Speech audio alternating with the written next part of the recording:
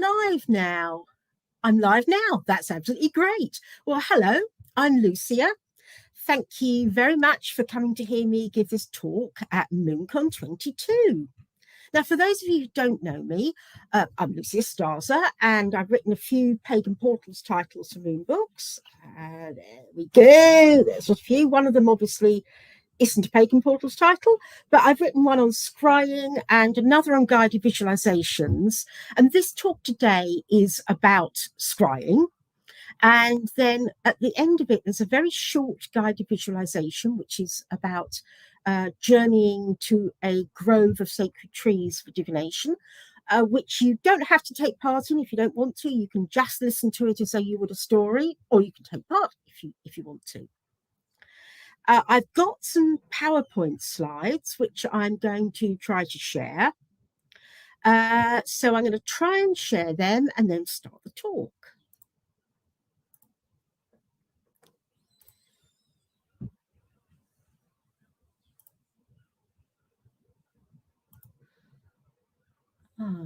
Okay. For some reason... got it. Right. Slideshow. Okay. Right, I think we'll just... From beginning. Right, there we go. I hope you can all see that. So, scrying. What is scrying? Sometimes just called seeing. It's looking at something in the hope of finding messages or visions. As well as crystal balls, that can include mirrors, flames, smoke, water, clouds, trees, and even just with our eyes closed. It can be done for personal guidance, to find answers to questions, for inspiration, for far-seeing, distant places or other realms, for fortune-telling and prophecy. It's a form of divination that taps into our psychic senses and powers of intuition. The word scry is first recorded to mean divination in the early 16th century, but the practice itself has been used in many cultures since ancient times, probably long before recorded history. One can imagine the very earliest humans peering into pools of water or other things in the natural world and divining meanings from the patterns seen within. I'm going to give a bit more history about a few methods. Now, that shows John Dee's crystal ball, mirror and wax tablets at the British Museum. But I'm going to talk about the very first mirrors. The ancient Egyptians believed that what was reflected in a mirror had a life of its own. They used mirrors for mundane tasks like putting on makeup, but the discs of polished metal they used had the reputation of showing more than a mere mirrored image. It was magical or even divine. The goddess Hathor is associated with mirror gazing and divination. The ancient Egyptian sky goddess wears a disc representing the sun between a pair of horns on her head. As well as being a goddess of joy and protector of women, she can see everything, including what lies in people's hearts. And she has this ability by being able to look through the eye of her father, the sun god Ra. She also has a brightly polished shield that is said to show the true nature of all it reflects. According to tales, it was from this that the first magic mirror was formed. One side showed anywhere in the outer world the viewer desired to see, and the other side gave them a true picture of themselves. Archaeologists have discovered two-sided metal mirrors in ancient Egyptian tombs, some decorated with the face of Hathor. Polished copper mirrors are associated with Aphrodite, the Greek goddess of love, and not just as symbols of beauty, also as a tool for self-knowledge. Obsidian mirrors, as well as bowls of water, might have been used by the Mexica, sometimes called the Aztecs, and other Mesoamerican cultures for divination. The Mezca deity Tezcatlipoca's name is often translated as smoking mirror, which relates to the dark stone obsidian. Now on to crystal balls. Jade balls have been found in ancient Mayan burials. Although we don't know for sure if they were used for scrying in ancient times, it's possible. Crystal balls have been found in European graves dating back to the 5th to 7th centuries. By the 11th to 15th centuries, crystal balls were sometimes placed in children's graves to protect them, as well as being used for communication with spirits. 16th century occultist John Dee owned several crystals which he and his colleague Edward Kelly used for scrying.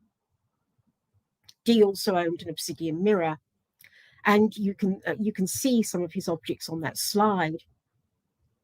However, using real crystal balls for scrying only became widely popular in the 19th century, when mechanization made it possible to produce them cheaply. Before that, they would have been expensive for ordinary people to buy. Even then, round glass fishing floats were commonly used by fortune tellers, especially in coastal areas, because they were much cheaper.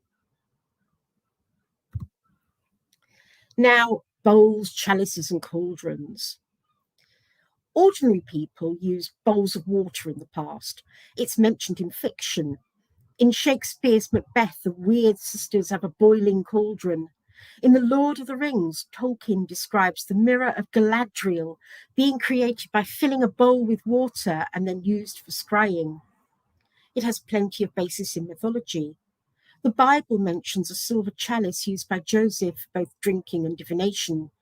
The Shahnameh, a historical epic written in the 10th century, mentions the cup of Jamshid from pre-Islamic Persia, used by magical practitioners for observing the 7 layers of the universe.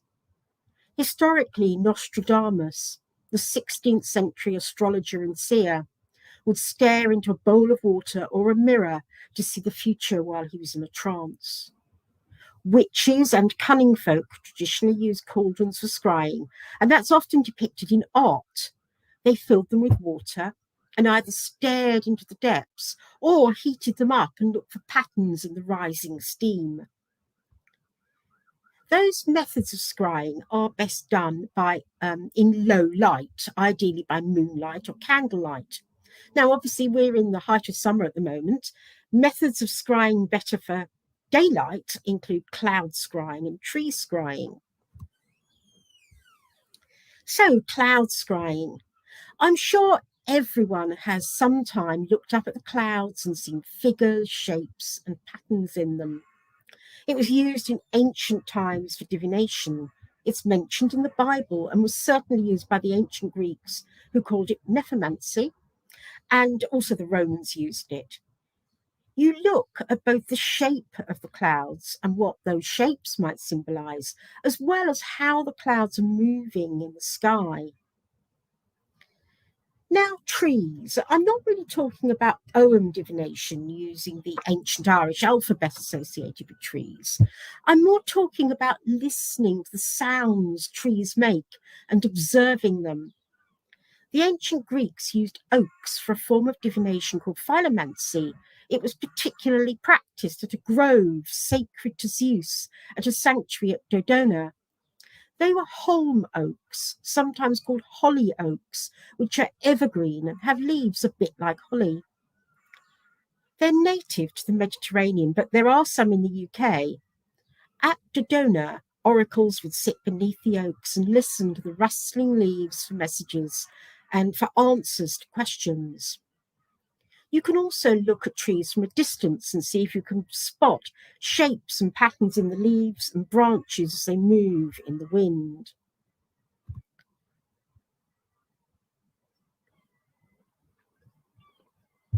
Now, how to scry.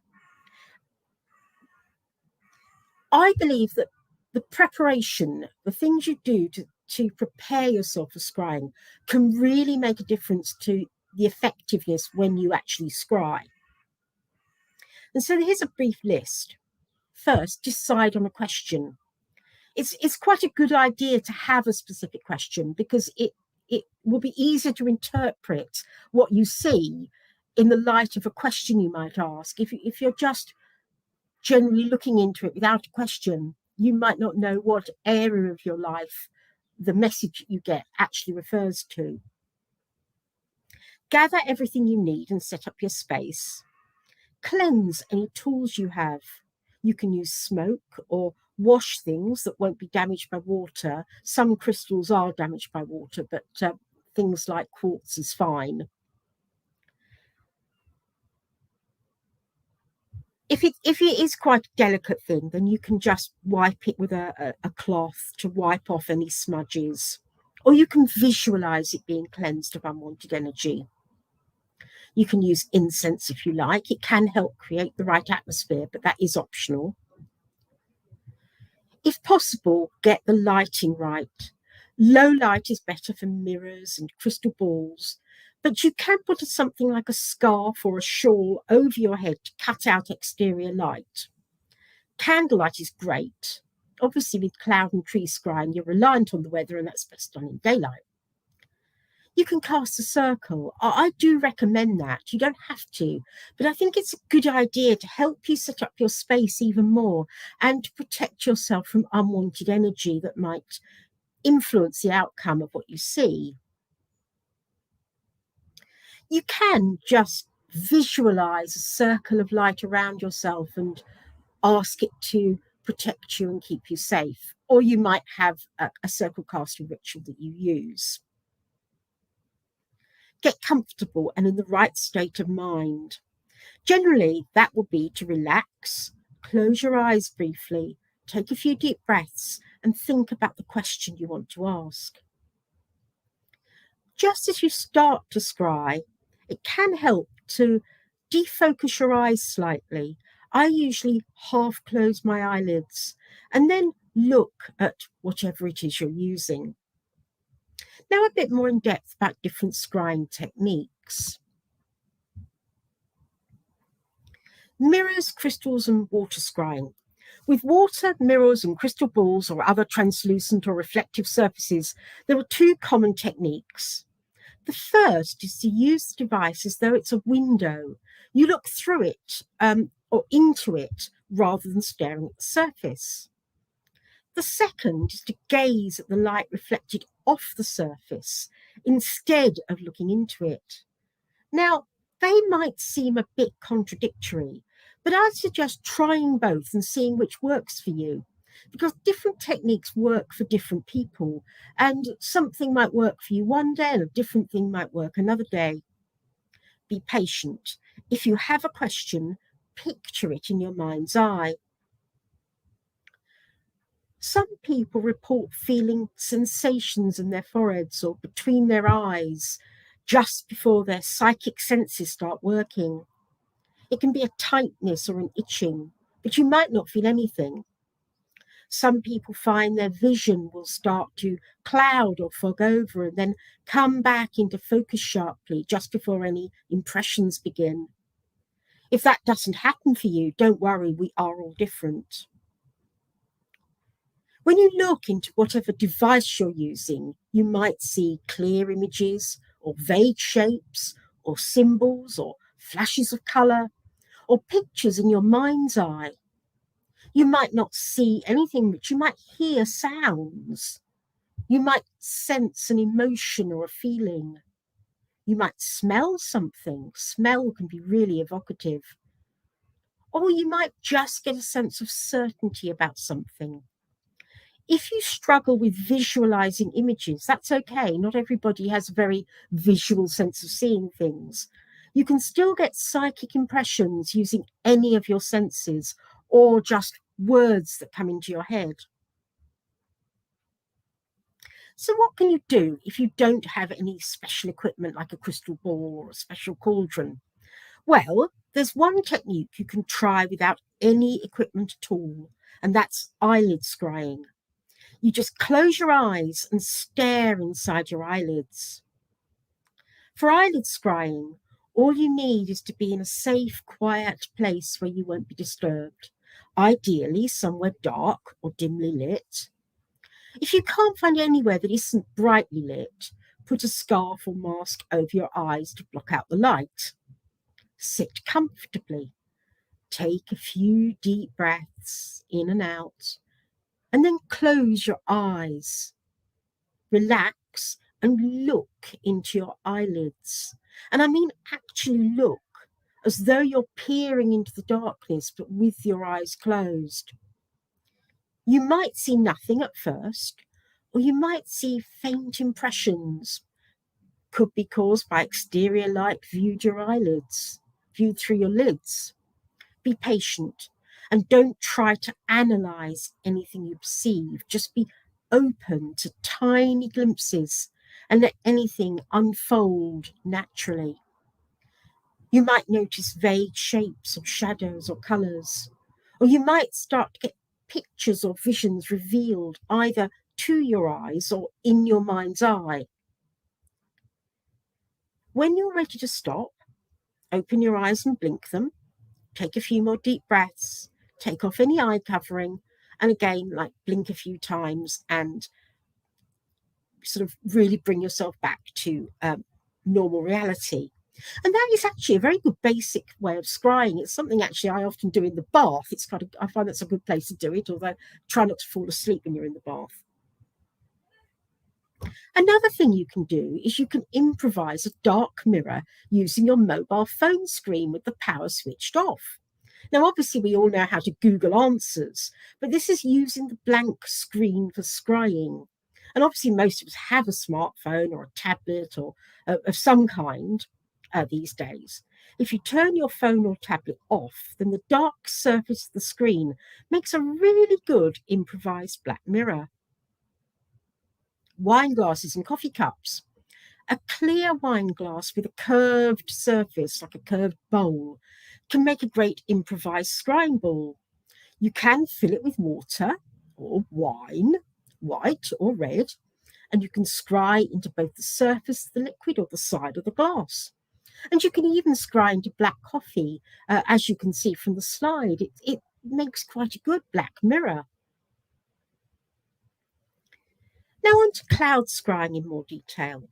Well, obviously, there need to be clouds in the sky, but you don't need to identify the types of clouds unless you're forecasting the weather. Just look at the shapes you can see in them and how they might be moving. You can do it from your garden, the park, or out of your window. Find your spot, cast a simple circle, and then settle in to scry.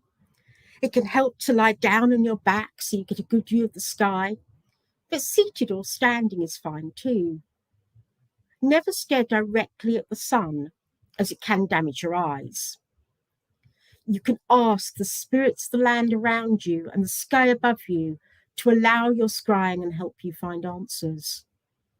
Take a few deep breaths and tune in to the general patterns and shapes the clouds are making. Formulate your question in your mind or say it out loud and breathe your words up into the air. Ask the clouds to show you your answers, then watch and see what unfolds. It can take time as clouds can change slowly. But it can be easier than water scrying because you're looking at real physical changing patterns and interpreting them rather than sensing patterns psychically. Thank the spirits and open your circle when you finish. Now, tree scrying. Ideally, scry with trees you see often, perhaps in your local park. If you regularly work in a grove, that's perfect, but you can do this anywhere there are trees. I mentioned holm oaks earlier, but you really can use any trees. Ideally, choose a day when there's some breeze, as the leaves won't be moving if it's completely calm. Decide if you want to observe patterns in the leaves and branches, or if you want to sit under the tree and listen for sounds. Ask permission of the spirits of the trees to work with them. Pick your spot. Cast a circle, then stand or sit, and either look at the trees or close your eyes and start listening. When you're familiar with the normal movements and sounds of the leaves, you can begin to scry. Form your question, then watch the leaves to observe patterns they're making, or listen to them. The sound can also help you get into a light trance-like state of mind. If you're looking, pay attention to symbols, shapes, and patterns in the shadows and the highlights as the branches and leaves shake. If you're using sound, allow your mind to become attuned to the rise and fall of the wind and the rustling leaves. Let them speak to you. Whichever you're doing, pay attention to everything. Can you smell anything in the air? That can be relevant too. How do you feel about the impressions you're getting? As with all scrying, this is your intuition at work, so pay attention to it. When you've finished, thank the spirits of the trees and open your circle. Whatever method you're using, any of your senses might come into play. As I said earlier, it isn't always seeing things. So ask yourself, what am I seeing? What am I hearing? What am I sensing? What am I feeling? What am I becoming aware of? What is becoming clearer? After you've finished, always thank any spirit you've worked with and say goodbye to them and open your circle. So, we'll stay there for a minute longer. A little bit about problem solving. Sometimes people do feel they have some problems while they're scrying. If at any time during a scrying session something makes you uncomfortable, or you see something scary or prefer not to contemplate, then in your mind say, leave this glass or whatever, go in peace, be gone. And hopefully that will move on the thing that you didn't want to see. If it doesn't, you can end your scrying session a bit earlier than you otherwise intended and just say in your mind, you're ending the scrying session. Take a deep breath, thank any spirits, stop and open your circle. Right. Now I'm going to offer a guided visualization. I'm just having a little sip of water. Okay. Now, a guided visualization is sometimes called a path working. And this can offer another way of scrying. This takes you on a journey through a wood to visit a grove of ancient holm oaks. I'm sure most people listening know what a guided visualization or pathworking is, but I'll briefly explain. It's like going on a journey in your mind, prompted by something that's a bit like a story. If you don't want to do the visualization, you can just listen to this as though you are listening to a story, but not actively engage with it. If you want to take part, then you'll need to be somewhere you can safely close your eyes and relax. It's called the Holm Oak Grove. Okay, so I'll start. Close your eyes and relax. Take 3 deep breaths in and out, in and out, in and out. Picture in your mind a beautiful, quiet, safe place in nature that borders on the edge of a wood. It's somewhere you feel comfortable and at ease. It can be a place you're familiar with or somewhere completely imaginary. I want you to visualize being in that safe, comfortable place on the edge of the wood in your mind's eye. Look around and see what's there. If at any time in this guided visualization you feel uncomfortable and wish not to continue with the journey, know that you can quickly and easily return to this space where you will again feel completely safe and comfortable and at ease. Spend a few moments familiarizing yourself with this place that borders that wood.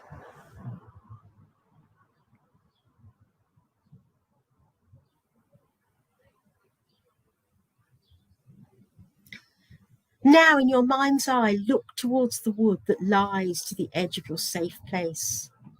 You've been told that at the very heart of the wood lies a grove of ancient holm oaks, which always have leaves, whatever the season.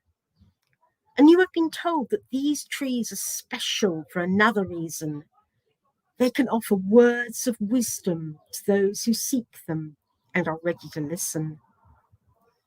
You have decided to journey into the wood to find the trees and perhaps ask them a question. Think about what question you might like to ask.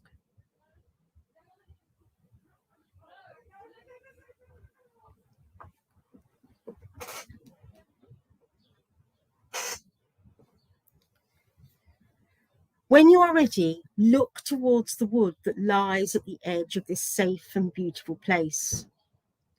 You see the beginning of a path that leads into the trees. Go towards the path and follow it into the wood. Know that you will be safe by staying to this path. Visualize the path and the wood around you. Notice the sights, scents, and sounds of the trees, the birds, and the animals that live there. Be aware of your own movement along the path. What is the path like? What are the trees around you like? What can you see? What can you hear?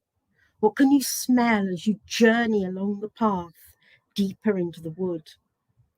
Continue to visualize the wood and pay attention to what is around you as you follow the path through it.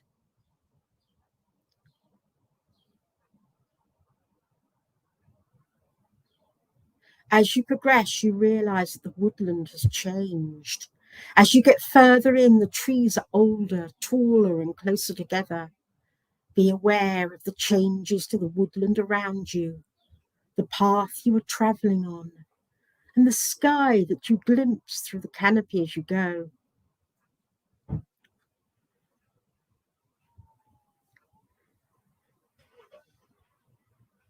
After a while, you see that the path leads to a group of trees that seem different from the others you have passed.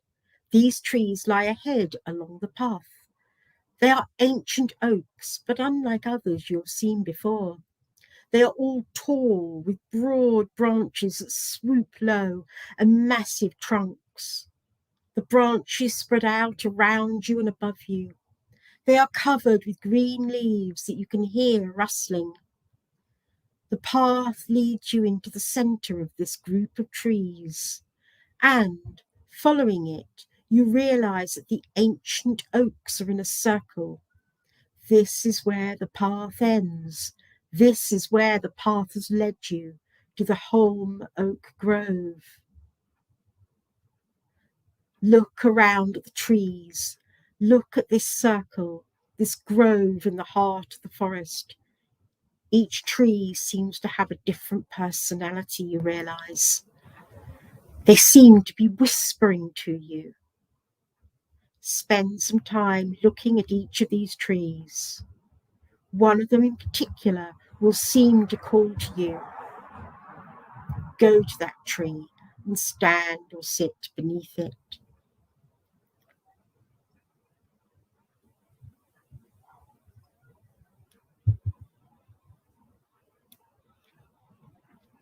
Greet the tree and listen for its response. Ask the tree the question that is in your mind and listen for the answer.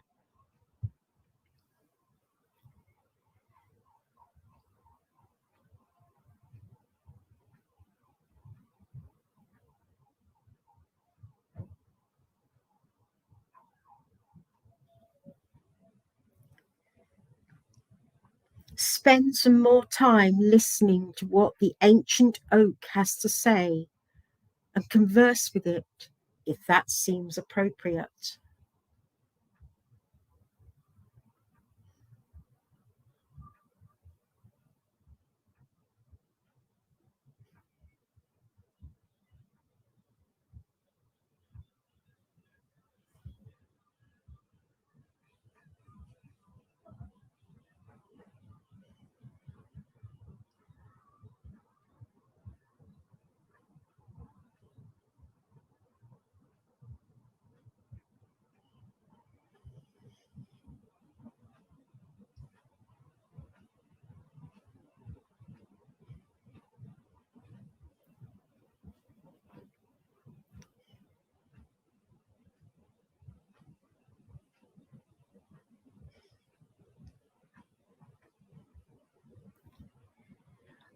After a while, you realize that you have heard all that the ancient holm oak can tell you at this time.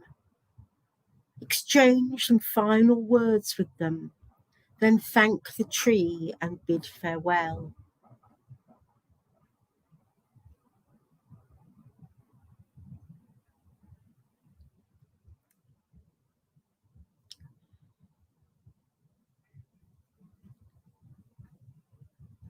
It is time for you to return along the path through the wood. Find the place where the path leads from the grove back the way you arrived. Make your way back along the path through the wood. You see the trees slowly thin around you. After a while, you make it back to where the path began, at the edge of the wood. You pass the last tree and once again return to your safe, comfortable place in nature, the place from where you started your journey. When you are ready to return to normal space and time, take a deep breath, shake yourself a little, and open your eyes.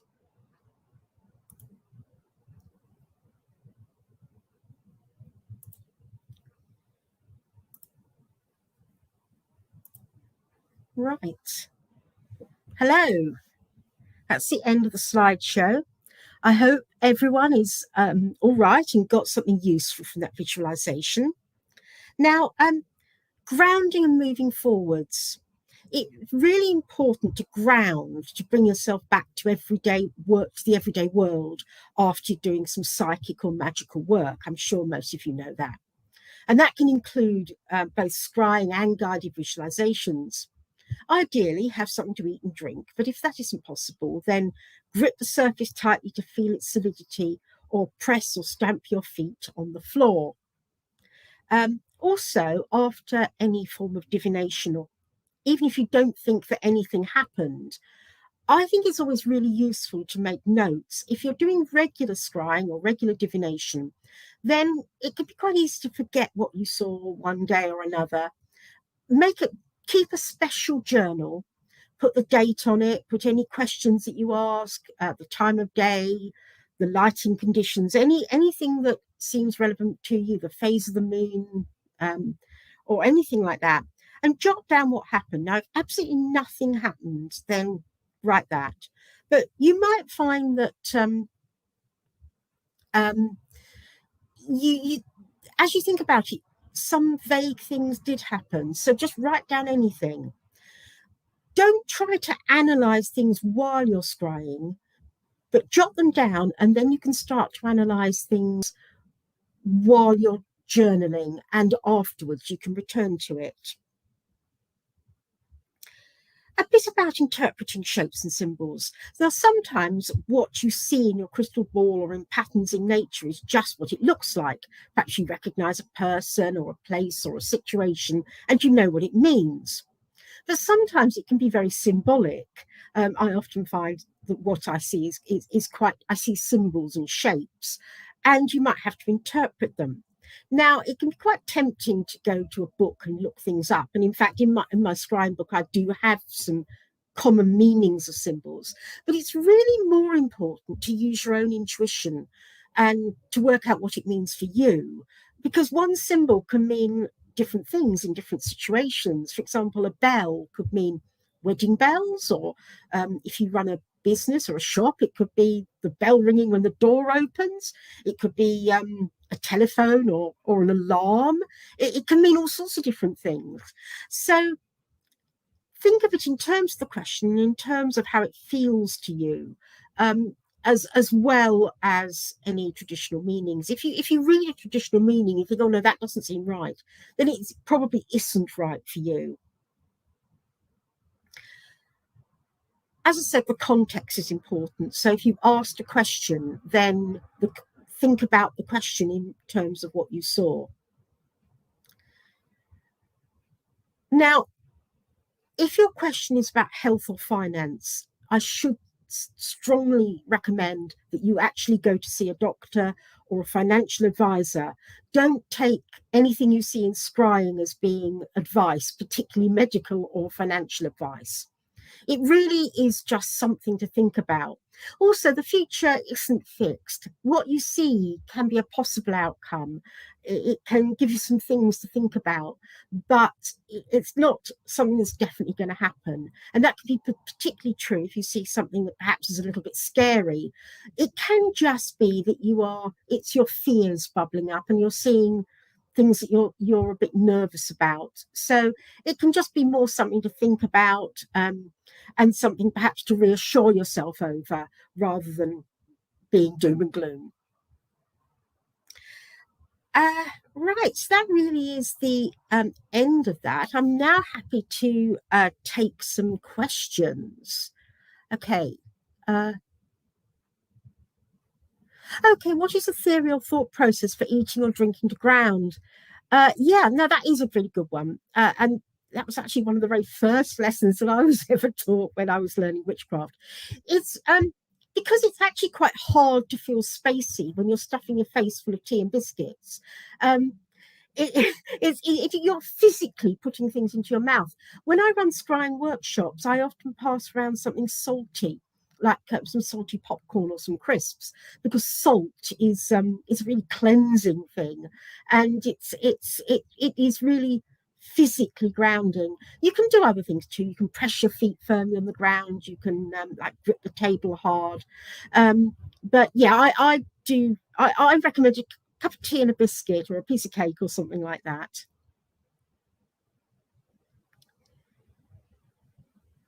Okay. Okay. What is my personal favourite method of scrying? Okay, well, I do really like using crystal balls. I can show you a few. Um, okay, right. This is a fishing float. Remember, I mentioned fishing floats. This was the first thing that I ever learned to scry with. It was my mother's family came from Cornwall, and back when I was a child, we'd often do divination on New Year's Eve and at Halloween, and sometimes we'd try scrying with this. Now, actually, it was the fact that I wasn't particularly good at it back then, which prompted me to learn different ways of scrying and really look into it as I got older. So I love this, but I don't get very good results with it. This is a quartz crystal ball, and this is something that I actually get a lot better results with. And you can, when you're scrying, if it's something that has a lot of inclusions and imperfections in it, some people find that doesn't help them; it gets in the way. But I actually find looking at those can be quite helpful, and often I see within it. Of course, it is me interpreting the inclusions within it, but I often see a kind of a protective angel in it, and I find that it can help to concentrate on that as I'm starting to scry before my psychic senses really kick in. So there's a couple. Right. Yeah, yeah, that's yeah. Uh, Feet on the floor, absolutely, it can really help. Different people have different methods.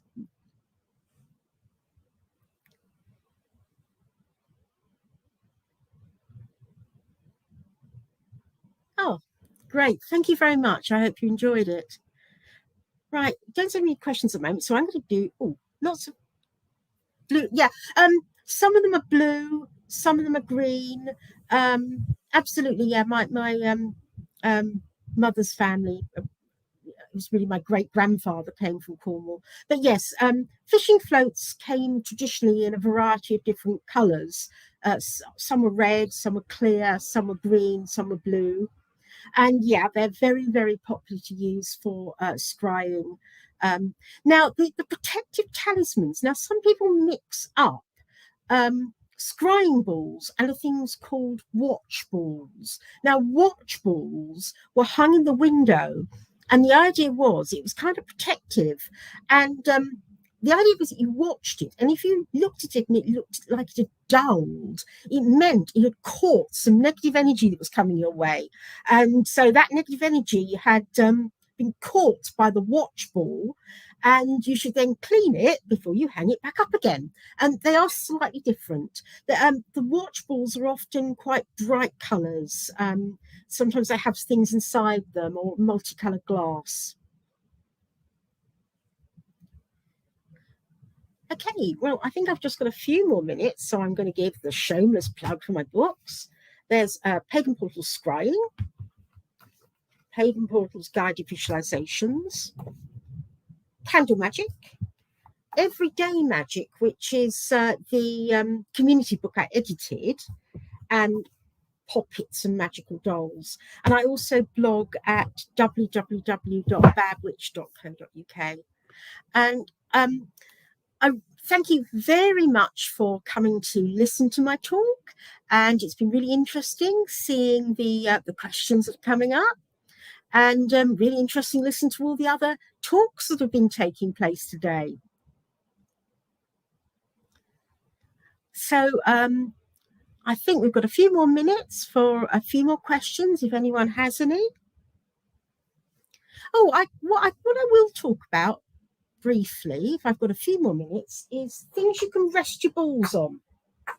Now, what I make is I've made some little bean bags in black velvet, and you can put herbs as well as putting, I've got rice inside these, but you can also put herbs or crystals or things like that in, which might help with your scrying or help to cleanse the crystals. So that's another little final little tip.